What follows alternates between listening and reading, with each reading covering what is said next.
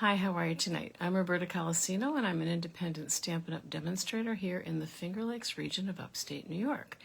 And I come to you live every Wednesday night with a stamping class, typically cards. It's a free class, and sometimes some other things. Tonight's class is going to be a little bit unique. I said we were going to be playing with inks, and you probably saw the picture that I posted. Hi, Rhonda, how are you? You probably saw the picture that I posted, and then I thought maybe we better not make them think I'm making something that looks quite that messy, but it might be a little messy. There we go. Just wanted to make sure I was here. So I'm sure obviously you've all heard of watercoloring, and you can watercolor with a watercolor set for sure. But a lot of people try not to buy too many supplies, and so when I got more interested in watercoloring, instead of running out and buying an expensive watercolor set, I started following along with some of the Stampin' Up! Videos about how you can use your re-inkers as watercolor sort of paint. And so that's what I've been doing. So no, it's not a paint. They're actually dye-based inks, so it's a little bit different, but the effect is generally the same. I'm sure that a true watercolor artist might not agree with that, but I think for our purposes, it's just fine. And yesterday in my coffee and a card class, we made 2 cards that involved watercolor. One is a card that I made last week, so you saw it. It was the card using the notes and totes. Really cute set, really cute. Everybody wanted to make that card yesterday. And then one was a card that I sort of cased from somebody else, but they did it slightly differently, and I made my own take on it. And that's kind of what casing cards is all about. So casing means to copy and share everything, or copy and selectively edit. And basically that means that all Stampin' Up! Demonstrators, I guess I can't speak for everyone, but for the most part, Stampin' Up! Demonstrators are very happy to share their things, as are many other creators, but they would like you not to copy their thing exactly. So don't make it the same exact colors. Maybe don't even use the same stamp set. Maybe add something else that's a touch of your own so that it's not a total copy of what they did. And that's what I try to do. And I find inspiration just in looking in some of the other things, and I find that very helpful. And I'm sure that lots of you are looking at YouTube videos and Pinterest and the Reels and all of that stuff a lot of the time, and that you're picking up a lot of ideas and inspiration as well. So let's put the camera down and I'll show you what I need to do, what we're doing tonight. We're only going to do 2 projects tonight, and actually they're both cards, but one could actually be a framed piece of art, depending on how you look at art. All right, so hang on, we'll put the camera down. I'm just going to cover up the lens so I don't make anybody seasick. Well, it doesn't always work. Nope, hang on. Here we go. Okay. So what I've been doing for the last couple of weeks is changing the position that I put my camera in the tripod, which means it's a little more awkward for me when it's time to switch it around. I just want to put something out here so that I can see if I'm in frame. I find the last couple of weeks, at least since I started doing this, pardon my hand, I have found that I'm out of frame more often than I'd like to be. And of course, if you're trying to learn something from watching me, it doesn't help at all if you can't see what I'm doing. Okay, so there we go. So this is actually a stamp set that we will be using tonight, Spotlight on Nature. It's one of my favorites. It's really pretty. And I've used basically all 3 of the image stamps except for the 2 sort of texture stamps. So I've used those, and then we're also going to use this stamp, which is from the Impressions of Bloom, and I've done at least 1 video and 1 class using Impressions of Bloom, but we're just going to use this, even though this is intended to be a 2-step stamp. We're just going to use this 1 stamp, and that's it.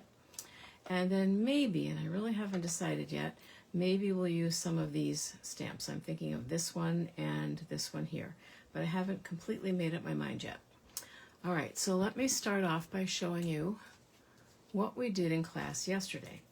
So this was a card that we made in class yesterday at my Coffee and a Card, which happens right here in Newark, New York on the 2nd Tuesday of every month at Grind On Coffee Company. You do have to sign up and make a reservation in advance because it's a small room that we have. So 7 people is about as many people as we can get in there and be comfortable. So for this card, we used Real Red and Daffodil Delight, knowing full well that when I hit those when we hit those colors on the paper that some of them were going to turn into orange because red and yellow makes orange, and that was fine with me. And then we stamped just that one flower that I was just showing you. We stamped that in the Memento Black ink, and that was only done obviously after these were dried, because you cannot stamp on wet paper. That won't go well. And then part of how I made this my own was that I took my Micron, and this is a 03 pen, so it's not the finest pen, so I used it very carefully, and everybody outlined either partially or fully their image with that. The one that I copied the idea from had a red line around each box on the outside with a little bit of a margin, and they must have used a ruler because it was perfectly straight. And what I told everybody in class yesterday was, I don't know about you, but I can't make a straight line without a ruler, and sometimes not even then. So don't even try to make it straight. In fact, make it look a little wiggly so that it doesn't even look like you tried to make it straight and failed. And I actually like that look. I'll bring it up a little bit closer so you can see it. So it was really just, no, there we go. Hang on. And because of the delay, it's so hard for me to tell when you're seeing it the way I want you to see it. There we go. So you can see the reds, and you can see the yellows, and you can see the oranges. They didn't all totally blend. And I also didn't try to cover the entire square with color. Some of the people in the class did, some didn't, and I like it both ways. So then, just kind of playing around with making something that was the similar but different, I pulled out Balmy Blue, and this turned out to be kind of interesting. I pulled out Balmy Blue and Lemon Lolly. I wasn't sure if the Lemon Lolly was going to work because it's a very pale color, and I had to go over it a few more times to make it a little bit brighter. But what happened was the Lemon Lolly did mix with the Balmy Blue, so when I got out a Balmy Blue piece of cardstock here to put as another layer, it didn't match at all, and it turned out I ended up getting Pool Party instead, because when the Lemon Lolly and the, no, not Lemon Lolly, this one was Lemon Lolly. When the Lemon Lolly and the Balmy Blue mixed, they made a color that looked much more like Pool Party than it did like Balmy Blue, and the Balmy Blue was just going to look really funny there. So this one's just a little bit different in that it has a layer, another layer with color. It's a little bit different in that instead of putting it up at the top, I put it across the center, and it's a little bit different because I left off this flower on the side, which I wasn't really sure if I liked anyway. All right, so that's just different, and I haven't put a sentiment on that yet because I haven't decided how I'm going to use it. But I wanted to show you how we did that, so we're going to do it again, and it's pretty quick because what you take to make this is 3 1.5-inch squares of our Fluid 100 watercolor paper. Good grief, that's what it's called. Okay, so again, like watercoloring, but not exactly because we're not using paint. And I don't have a scientific explanation for you about how different a dye-based ink is from a paint, but I'm sure there's a difference. All right, so I also grabbed little pieces of paper towel because sometimes I just like to have a little piece to dab and then I end up wasting a whole paper towel. And I did order myself some nice watercolor brushes. All right, so Stampin' Up! Is no longer selling their water painters. We called them aqua painters at one point, then water painters or water brushes. Right now we're not selling them. There was some discussion about having them again once we found another manufacturer. So, excuse me, I've got to get some water. When you're doing watercolor painting, whether you're actually painting or using the inks, the first thing you want to do, and I've got off camera here a mason jar full of water, is you want to get your watercolor paper wet. And I think people are hesitant to do that because for the most part we know that water and paper don't mix very well. You could not do this happily using the cardstock because the cardstock would just start to pill and fall apart. So I think initially in the class yesterday people were hesitant to get their paper very wet, and I really had to keep saying more. You need more water on there because when it's wet and they started to see the magic, it's really beautiful what happens. So this time I chose a color palette of Gorgeous Grape, which is a dark purple, Fresh Freesia, which is a very pale purplish pink, or maybe pinkish purple, I don't know, and then Smoky Slate, which I wasn't sure about, but I like gray and pink together, so I decided to give it a shot. So we're going to start with the darkest over here, and in class yesterday everybody used 1 drop, and that was plenty. It really goes far, especially when you're watering it down. So that's the Gorgeous Grape on the far left. And then this is the Fresh Freesia. See, and I was going for 2 drops and I got 3. If, however, you don't use all of your ink, you can leave it in here and let it dry up and reactivate it with water. And then this is Smoky Slate, which is a lighter gray. I would not use the gray granite because the gray granite is kind of brownish almost.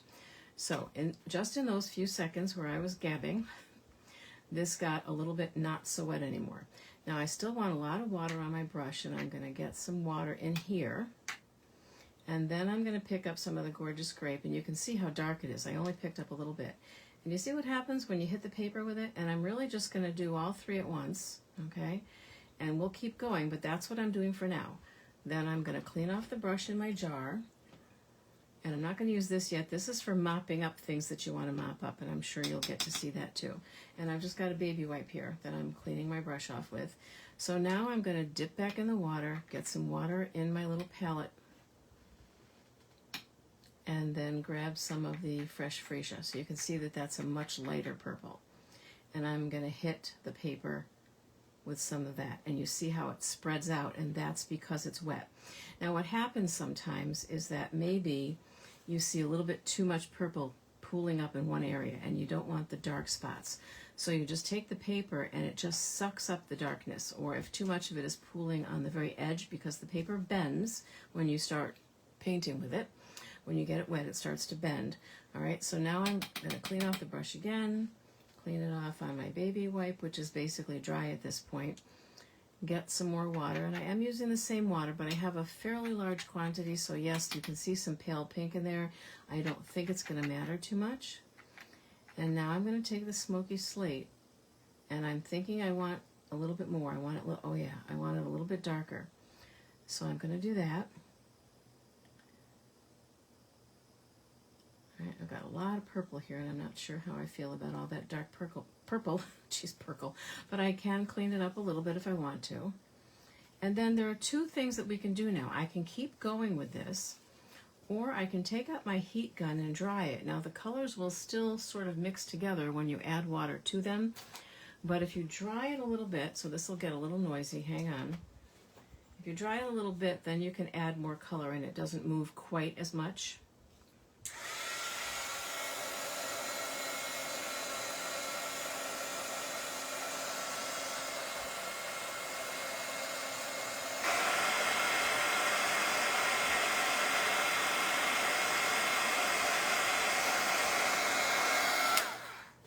I don't necessarily, my goal is not for all 3 squares to look identical. I really don't want that at all. I don't mind if they're quite different, and I didn't completely dry that, but I will when we think we're done. Right, so I think I want to go in with some more of the Fresh Freesia and get that color around. But now that I've dried it, it won't be quite as easy to get it to spread out the same way it did before. And it is, you know, I'll admit it's kind of a hot mess, and you might like this look, you might not like it, but in the end, I think it really does all come together, and I think you will like it. And then I'm just going to grab a tiny bit more of the Gorgeous Grape and get that in a couple of spots here. But I do want it to spread out. I don't want it to just kind of sit there the way it's sitting there now. I do want it to spread out a little bit. Sometimes you can use your heat gun to sort of blow the color around, but you do have to be careful, because when you do that, sometimes it gives you streaks or things that you weren't looking for. All right, so I think I'm pretty reasonably happy with that.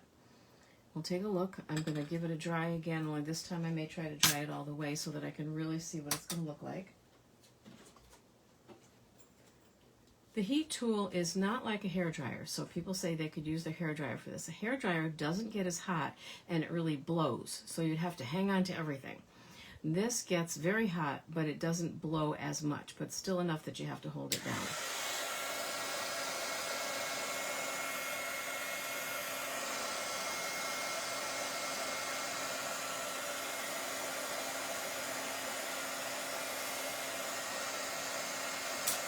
And if I'm thinking that's a little too much of the purple, I'm just going to dab it a little bit.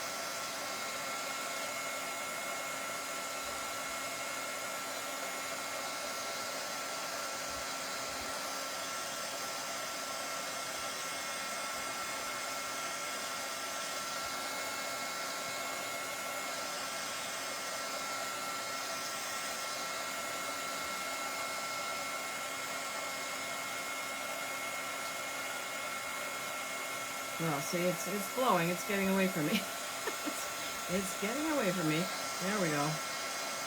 And I do like to hit the back as well because you cannot stamp on this until you're 100% sure it's dry. And I'll just make a mess. So I'm going to set them aside, get rid of this damp paper here, and then continue to make sure that they're very dry. And of course, watercolor paper is much thicker than our cardstock, so it would take longer to dry anyway. All right, so I'm going to clean that up. I don't want any water down here now because if I bring a card base out, I don't want it getting wet. So we'll get all of that out of the way and just make sure it's dry. Okay, now I just realized, oh, there we go. I was going to say I had a white card base here and I didn't know where it went. So we're just going to fold our card base in half. It's already scored. And give it a nice burnish with the bone folder. So this card is probably always going to go in this direction. So the original card that I made in class yesterday, everything was up towards the top. And then the only problem with that, again, in my opinion, is that I ended up using a fairly small sentiment, and actually I was supposed to stamp right on the card base. It made a mistake. I didn't stamp well and it came out a little blurry. So I stamped it on this, which is actually watercolor paper, which is not what I wanted to use. So I probably should have stamped it on a piece of cardstock, but I just grabbed what was right in front of me when I made this. So that's fine too. I think I do like it, almost like it better in the middle. And then it could, even if it were a birthday card, there could be a happy up here and a birthday down here, or a thank and a you. Even if you had a large thank you, you could cut it, you could break it up. I don't know, just a thought. So the next step then is to stamp these. And you also notice that in both of these, I stamped them in some different positions. So in this one, I really stamped off in a corner. In none of these do you see the entire image. Here, I tried to get the whole image in one of them. This one was a little bit off to the left or off to the right. This one was a little up and off to the left. I like that look, but in class yesterday I told people if you think you're going to like the way it looks, if they're all like smack in the middle of the paper, you can do that. And what I love about the ladies in my class is that they're reaching the point now where they really do make things their own. They're no longer trying to copy mine exactly because they're much more confident than they were at one time. So let's see. Again, I'm still liking the whole, off to the right on one side, off to the left on the other side, and then kind of in the middle for the one in the middle. Now, because this is darker colors here, we have the what is it called? Gorgeous Grape, which is darker. The black isn't shining, sticking out as much. You could use the Stays On ink, which does give you kind of a blacker black, if that makes sense. I know it seems like black would just be black, right? It's also possible that there's a tiny bit of dampness left in there because these other two, I think, look blacker, but maybe not. It's hard to tell. Again, I'm not sure how much it matters. And then I take the micron pen, and they do have a pen, I forget the number of it, but it's literally like a hair. This one is pretty darn thin, but it's not quite like a hair. I have to get used to where the lens is now. Oh, good grief. Come on. Nope, this way. There, nope, a little bit more. Okay, and I've got a shadow, but you can see it's a real fine point. All right, so I just kind of hang on to it. Some people like to do little dashes, almost as if it's stitched. You could certainly do that. That's kind of an interesting look. You could just leave some openings here and there and not have it be a solid line. That's okay too. You could make it a solid line. You could zigzag it so it looked like you did a zigzag stitch on a sewing machine. There's absolutely no rule involved, in how you would do this. But if I'm going to dash that one, then I guess I'm going to do them all that way. It just seems like they should at least be the same. And I did miss some spots intentionally where I just didn't want to go through the pattern or through the flower. Okay, and then this one, there's a lot more opening open space.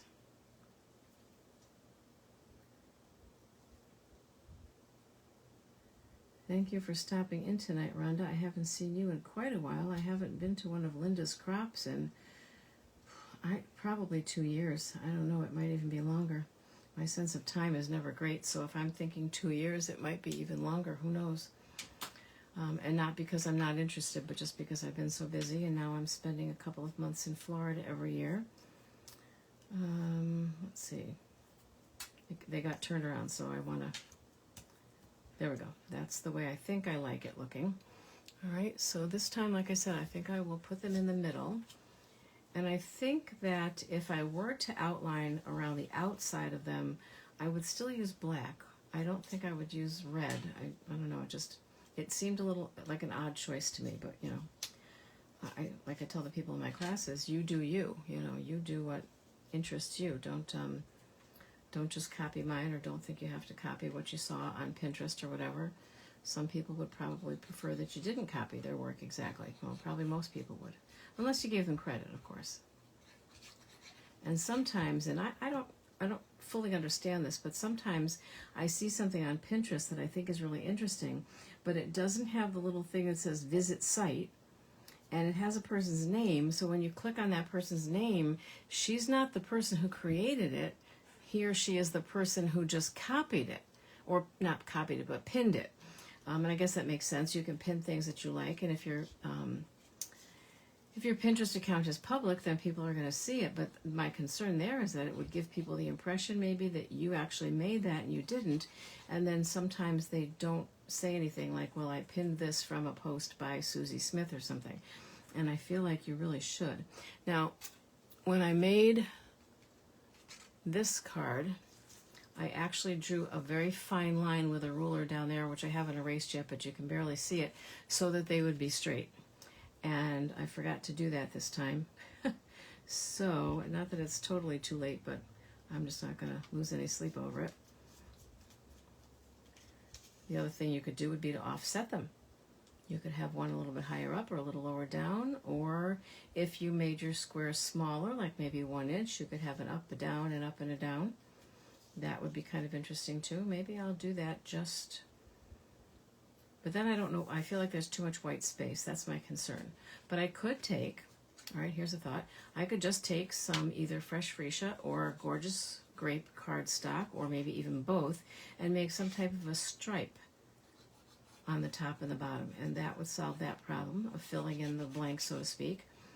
First, you would have to decide what sentiment you were going to have so that you made sure to leave yourself room for that, because I've done that. I've gotten all excited about my design and completely forgot to leave room for a sentiment, and that's when you just end up, you know, you put the sentiment on the inside and you don't worry about it. So this one seems a little bit low, but then this one seems more like even with that one, and I think I'm already at the point where it's too late to push it up, so I'm just not going to worry about it.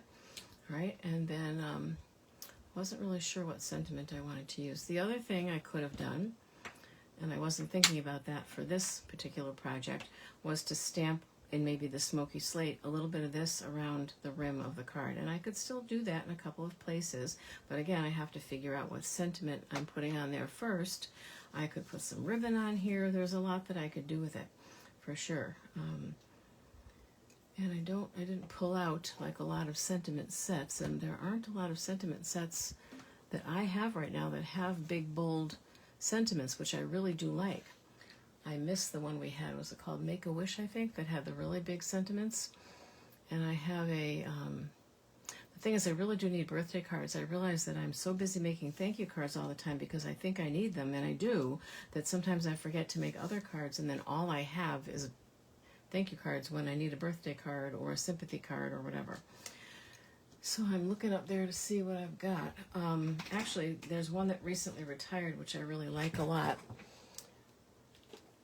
And I was kind of sad that it retired, although they put one out that was sort of similar. So this one was Sweetly Scripted, and now they have one that's a little bit similar that goes with the In Bloom set, and I think it's called like Blooming Phrases or something like that, that has the line like this. And I do kind of like this. So I could, what did I say? I need birthday, right? So where is happy birthday? It's so hard to read these things backwards. There we go. So I could use that one, but like I said, this is recently retired, so it's no longer available. And then I'm looking for a block in just the right size.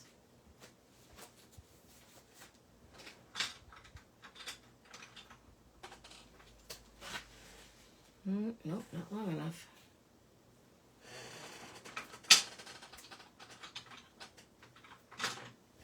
Okay. That one's kind of overkill. It's a little bit bigger than I need, but that will work.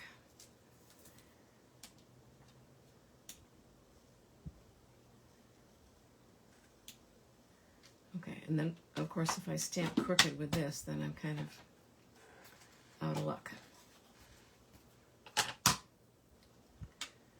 Right, so with a slightly bigger stamp, sometimes I like to bring the stamp pad to the Stampin', not the other way around. Looks very juicy. Very juicy. I'm going to open that up and hope that that paint doesn't get on it. And then, hang on, I'm going to take a couple of my little gems here and use that to hold it down. There we go. And then it's not quite going to go off the edge, but almost.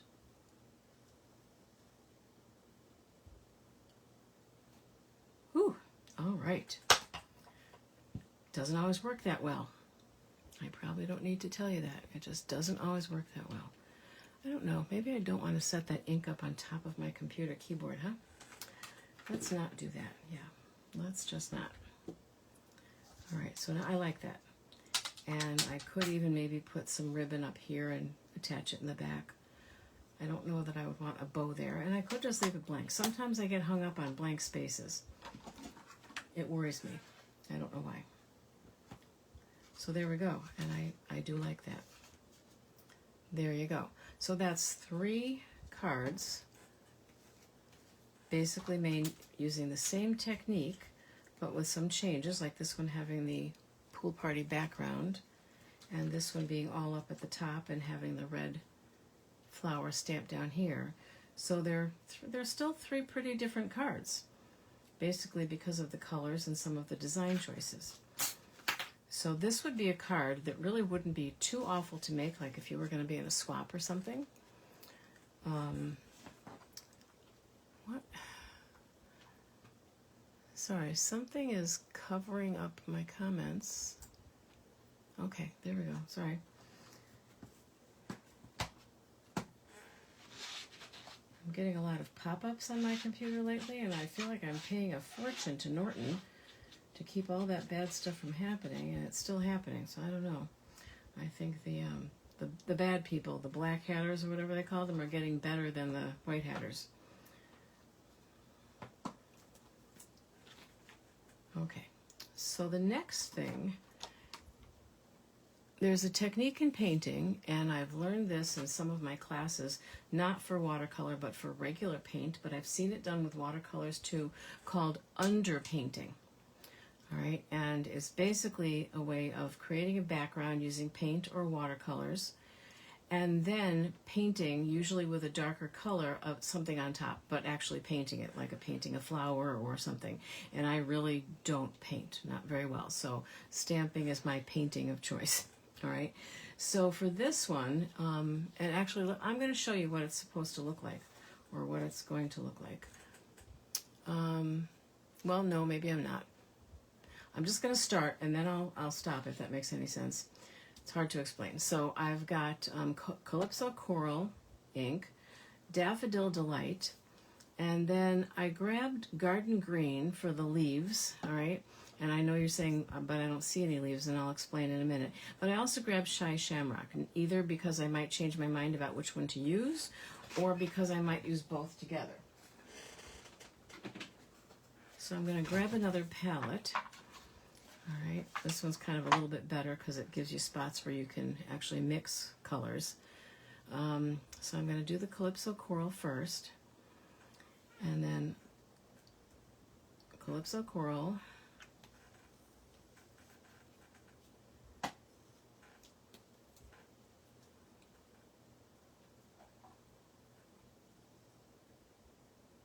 Daffodil Delight. Oh, I just got Daffodil Delight all over my thumb. Okay, Daffodil Delight. Garden Green.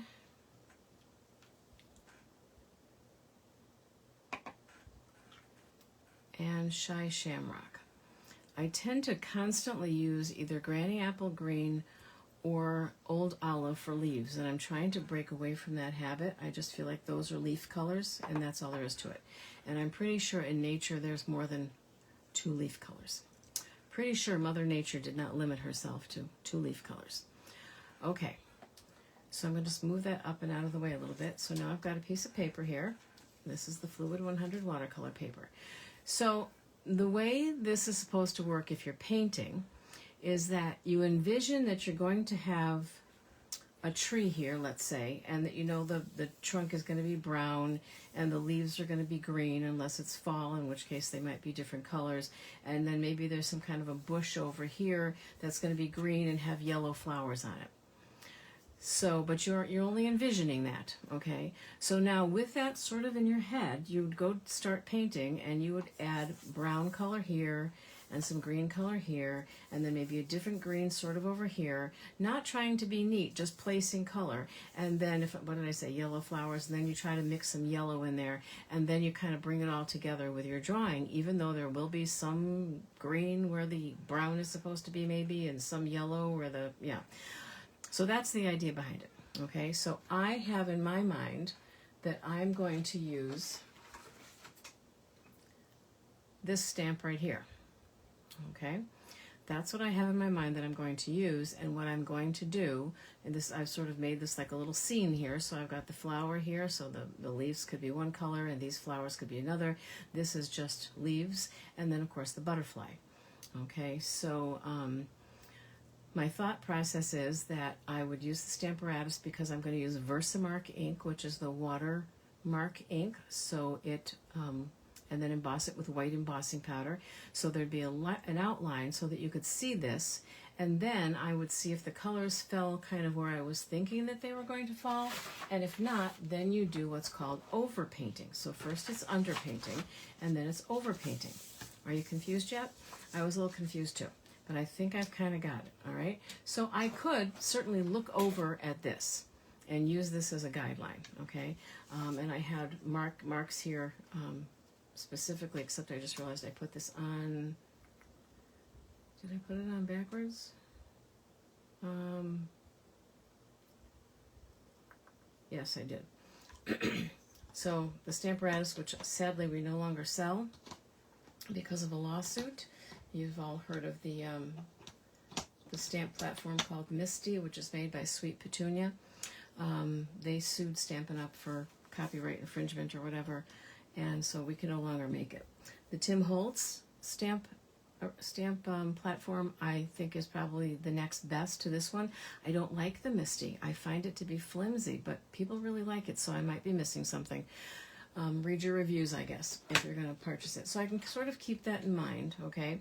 But I don't want to keep it in mind too much, all right? And when I've done this, I'll show you why I didn't want to keep it in mind too much. So let's see. I'm going to start with my greens, and I think I'm going to start with the Shy Shamrock because I just really, oh, you know what I forgot? I bet you do. Why didn't you say something? Okay, I forgot to wet my paper. Yes, I did, and that's a very important step. It just makes all the difference in the world to get your paper good and wet. And it will start to curl, and when you dry it, that tends to get the curl out, especially if you go back and forth with the dryer on the front and on the back. And if it doesn't, you know, when it's all dry and everything, just put it under a book for the night. It'll be fine. All right, so I'm going to start dabbing some green over here where I kind of know there's some green. All right, and I think I'm just going to go right into the garden green. Oh, now I have really green water. That's going to be kind of weird. I have another thing of water over here, though. And I think I'm going to dab that green a little bit there, too. And then I think I'm going to dab a little bit more green. Oh, look at that. All right, so that one, where did my little piece of paper towel go? Or something, okay. I really don't think I want green right there, but maybe. It doesn't matter too much. And see, this is where you do not want to overthink it, all right? Because if you overthink it, then you're going to not make a mistake, but it won't be great, and I'll show you in a few minutes. So this is what I'm kind of doing. I'm thinking about those flowers, and I'm thinking about that butterfly at least a little bit, okay? At least a little bit. So now I'm going to take some of the Daffodil Delight, and I'm going to start dropping that on here. So because it's curling now, and you know what? Some people will tape this down before they start doing this, and that's probably a dandy idea. It's probably a really good idea. I've just never done it. I don't know. So I'm going to dab some of that Daffodil Delight around, and then I'm going to clean off my brush again with this kind of semi-green water. If worse comes to worse, I could always dip it in my water, but then I'd have to remember not to drink my water. But I've got another one here. So let's get this as clean as we can. And then I'll tap it off on this. And then I'm going to go into here and then go into the, what did I say, Calypso Coral. I've got these in the wrong spot. I had the bottles behind them so I knew which was which. So now I'm going to drop some Calypso Coral up here. Okay, but I don't want to limit myself to just having the Calypso Coral there. So I'm going to bring it up to the corner here, and then I'm going to bring in a little bit more of the yellow, and I didn't bother cleaning my brush off in between. I just decided not to be too concerned about that. Okay, I'm going to clean that off again, and then I'm going to go back to here and start dropping in some more green. I hope you can see where I am. Yeah, you can mostly, for the most part. I'm dropping some more green. I'm going to drop in some more of the Shy Shamrock, but some more of the Garden Green as well, which is definitely darker. There we go. So now I've got some big pieces, big, whatever you want to call them, big splatters.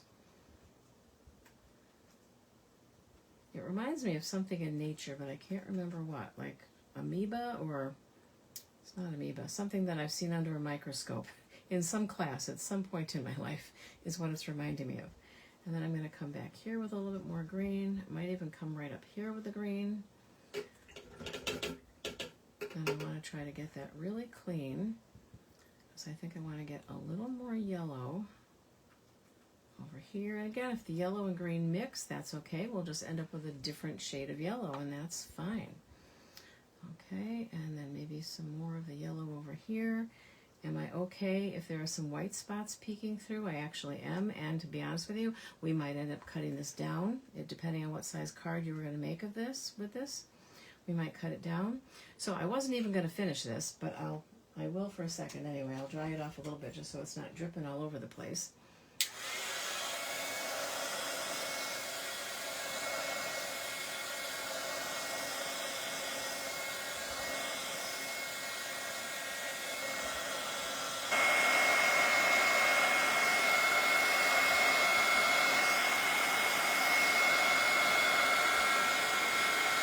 Okay, now that is by no means completely dry. So the reason I put that away is because I'm going to show you what happened when I did my sample and beyond. All right, so when I did my sample, I kind of completely forgot about the underpainting thing. And what I did was I stamped it with the Versamark and embossed it first. Okay. And no, I lied. This is the one. I stamped it with the Versamark and I embossed it first. And then I laid color down. And the problem with that was, and maybe you won't notice it, but it bothers me, is that I knew now, because I could see it, exactly where the butterfly was, and exactly where these leaves were, and exactly where these flowers were. And so the color ends up being like purple blopped here and green blopped here, and it was green blopped here and then some pink blopped here, and then later on I sort of tried to fix it, and I ended up not liking the way this came out at all. And that's what I remembered. No, underpainting means you don't put the image on first.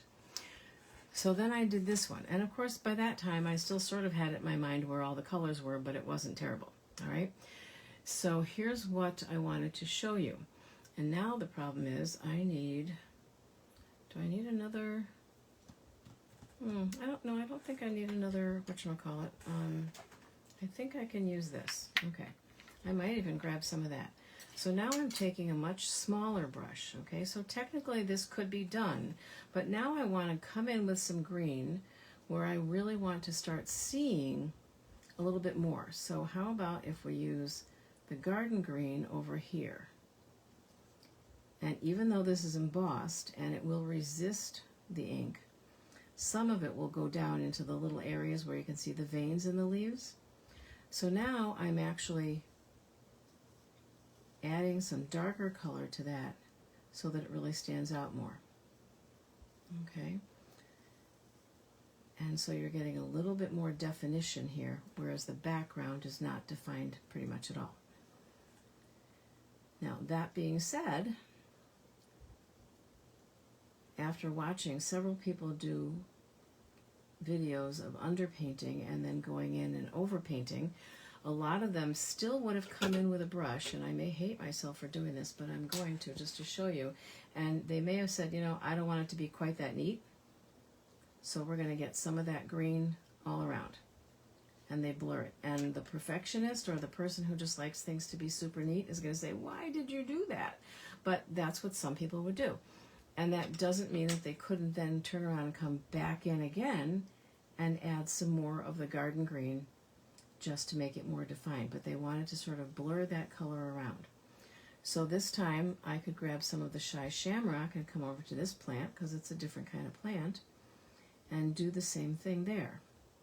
And if I wanted to get my brush really wet and do that, then I could let it go, I could let it run out a little bit and let it go over the sides, almost like I'm coloring outside the lines. And again, I know some people might just be cringing, and that's okay, you can cringe.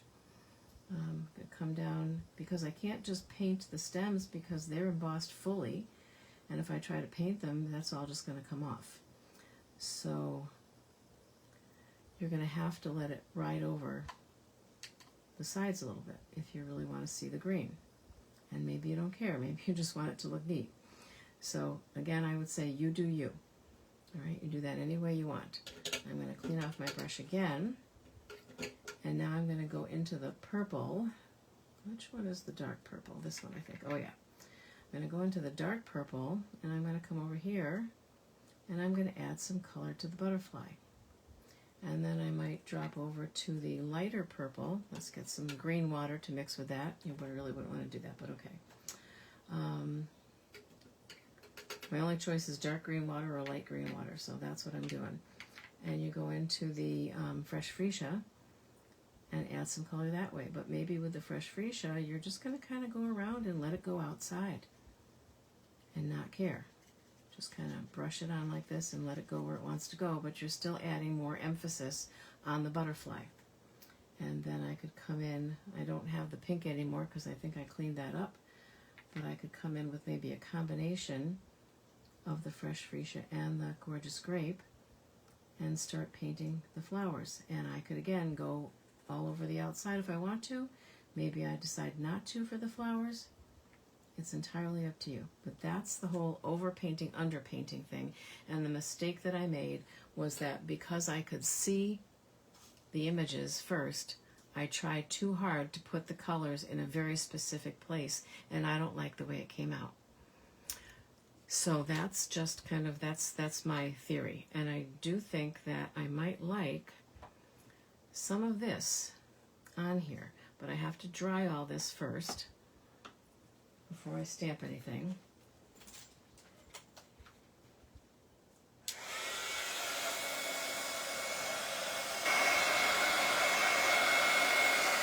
You also have to be careful, because if you hit something that's been heat embossed and get it too hot, your embossing can actually melt. So maybe you don't get as close, you move it around a little bit more, and you just make sure that you're just drying the ink or the paint, and that you're not overheating the embossing, okay? So in my mixed media art, I would probably definitely come in here with these stamps and black ink. And I'm thinking that that's probably not what most people would like the look of. And again, I could be wrong, because I don't know how many people ever watch me that know that I do mixed media, and maybe they do also. But what if I were to use, instead of the black, just because these colors are so soft, what if I were to get the, I'm thinking of the gray, well, maybe smoky slate. I was actually thinking basic gray, but maybe the smoky slate would be even better.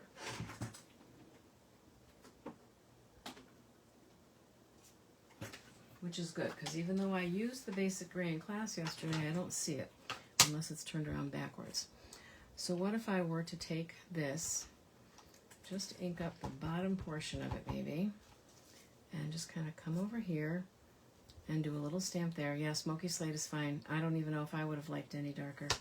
And then this time I'm just going to ink up the top, and I'm going to come in over here. Okay, and then we've got this, my splotchy stamp. I love splotchy stamps. And come in sort of here in between the flowers a little bit. Now again, somebody out there is saying, stop, you're ruining it. It was pretty before you started doing that. And if you think that, then don't do this. But I really like this look. But that's, you know, again, I've been dabbling in mixed media art for quite a few years now, and I do like that look. And sometimes it's quite grungy. This actually I don't consider grungy, but sometimes it gets grungy. And I'm perfectly okay with that, but I know not everybody is. Just like I like to tear paper, and I have ladies in my class who just cringe when I tear paper. They just do not want me tearing paper at all. All right, now I want to clean that stamp off again because I only want to use certain sections of it.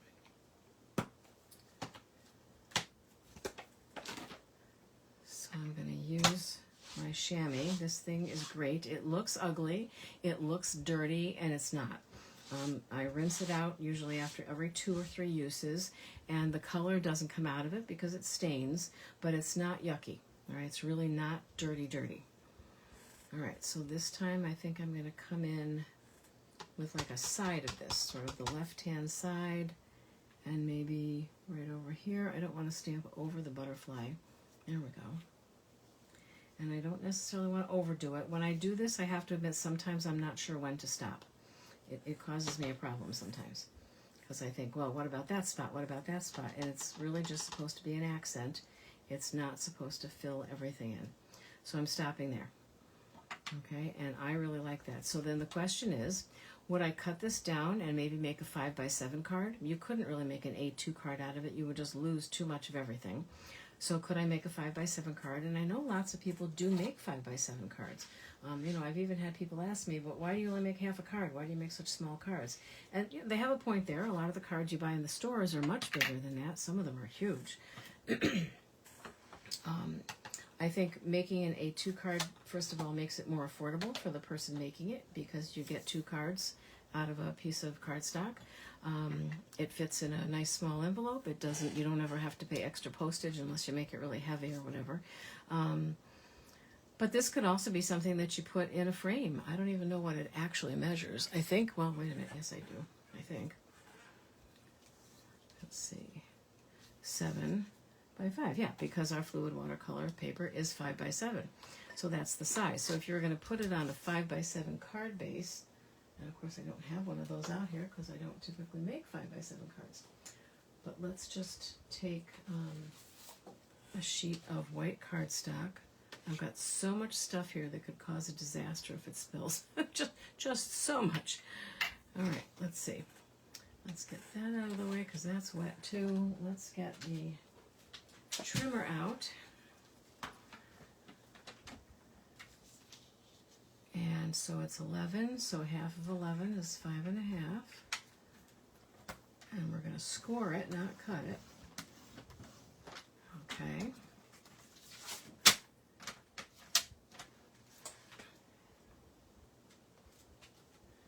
And let's just see what that would look like as a, see, to me, I'm thinking this is a giant card, but it's really not. This is the size of a lot of cards, but you know, if you bought an envelope this size and you mailed this, you'd pay a pretty penny to mail it. So obviously I'd want to cut this down a little bit more. I'd want to cut off another 1/2 inch, I think. I'm guesstimating, which you really shouldn't do if you want it to be exact, but I'm not an exact kind of gal. All right, so we're going to cut off 1/2 inch, and let's see what that looks like. When I'm smart, I cut off less and then cut off more if I need to. When I'm not smart, I just cut off a hunk and then it's not right.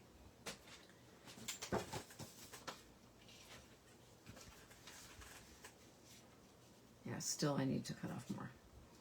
All right, so the smart thing to do here would be to glue it down, but I really don't know that I want this to be a card. And then cut off a little bit more. So we'll cut off a little bit more. I could actually think about it. So this is 5.5, right? Yeah, 5.5. So it's 1/2 inch larger than 5. So if it's supposed to be 7, then, oh no, that's not right.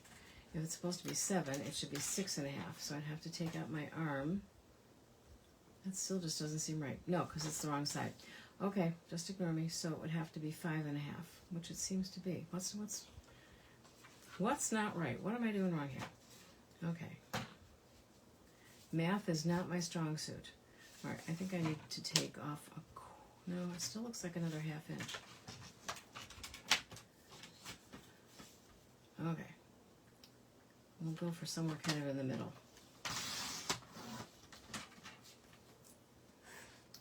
Jeez, I brought my garbage can and my recycling can downstairs today to empty them out, and then I keep forgetting to bring them back up, so I keep throwing garbage on the floor. Okay. It still needs to have it still needs to be a little bit smaller.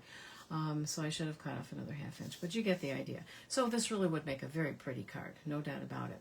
And you could put it on maybe a bubble bath. I think here I used bubble bath. You could put it on a bubble bath piece of cardstock instead, or you could put this in a 5x7 frame. You might have to mat it. I think you would have to mat it. Or cut off a little bit. No, you wouldn't have to. If you wanted a mat around it, then you would have to cut off like 1/2 inch or 1/4 inch off of each side. I hope I'm making sense. I don't feel like I'm even speaking English some days. All right, but I really do like that. And again, just me, when I look at this one, I have no particular inclination to mail that to anybody or put it in a frame. Could I fix it? It's possible I could fix it by getting things really wet and moving things around. That's possible. And I don't even know where the other one went. Where did the other one go? Oh, the other one was the one we just did the background. Good grief. Yeah, so this one. So I would have to see how that one turned out as well. So I would do the stamping with the Versamark and go ahead and do this one and see what it looks like. But this would be my favorite. This would be my choice for either sending it as a card to someone. Maybe if you knew you were going to give it to the person in person so you didn't have to pay the extra postage, because I know this would be an extra large envelope. All right, and then, so that's that. All right, and again, you don't have to do any of the things that I did here. So we've got that card, and we've got this card, which we made tonight. And then you saw the other versions of these. I thought this was going to be my favorite, but now it's that one because I like the purple a lot. So there you go. Thank you so much for watching. Catch me on the replay, and please don't forget, hey Brenda, how are you? Please don't forget that I now have a YouTube channel, and I did forget to say earlier, YouTube done me dirty, as they say. They announced that they were going to start deleting videos, which I knew, and you had a certain amount of time if you wanted to transfer all of your videos over.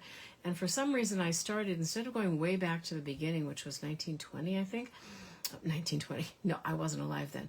That would make me like 100 and something, right? 2020. I started with the more recent ones and worked backwards. And now I'm glad I did, because while they had said if you had a certain number of years of videos, you could have 6 months to do all of that. I got on the other day, because I've been downloading videos for like an hour or so every single day. And I got to 2022, and 2022 was gone. 2021 was gone, and 2020 was gone, and some of 2023 was gone. So I was really not a happy camper. But then I told myself those were videos where you were showing product that people can't buy anymore. But there's a lot of techniques. So, no, next year you won't be able to buy this stamp unless it carries over. But there are lots of flower stamps out there, so you could absolutely make this card using something else. Okay, and you could make this card using a bird. It doesn't have to be a flower.